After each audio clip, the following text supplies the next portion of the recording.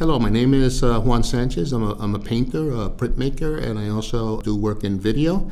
This mixed media print, which is a combination of lithography and hand coloring and collage with laser printing. The title of this piece, Para Don Pedro, for Don Pedro, is actually a portrait of this important political figure in Puerto Rican history by the name of Pedro Alviso Campos, who was president of the Puerto Rican Nationalist Party, who advocated and fought for the independence of Puerto Rico. He is a figure that has become iconic because he spent many years in jail as a political prisoner, and at the same time, he was someone who has really impacted the consciousness and the movement in a very strong way.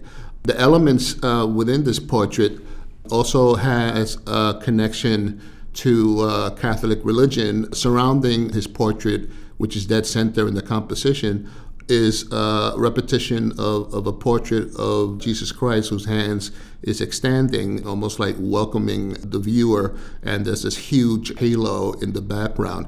And I was trying to make those kinds of connections because, of course, as we all know, in the New Testament, Jesus Christ also sacrificed his life for humanity.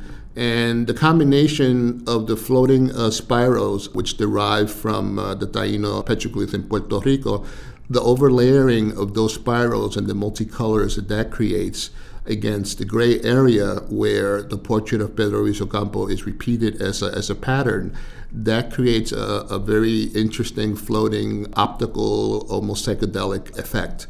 And what I was trying to do is create a portrait that not only represents him as a political revolutionary figure, but also, because of his Catholicism, represented him as a spiritual figure.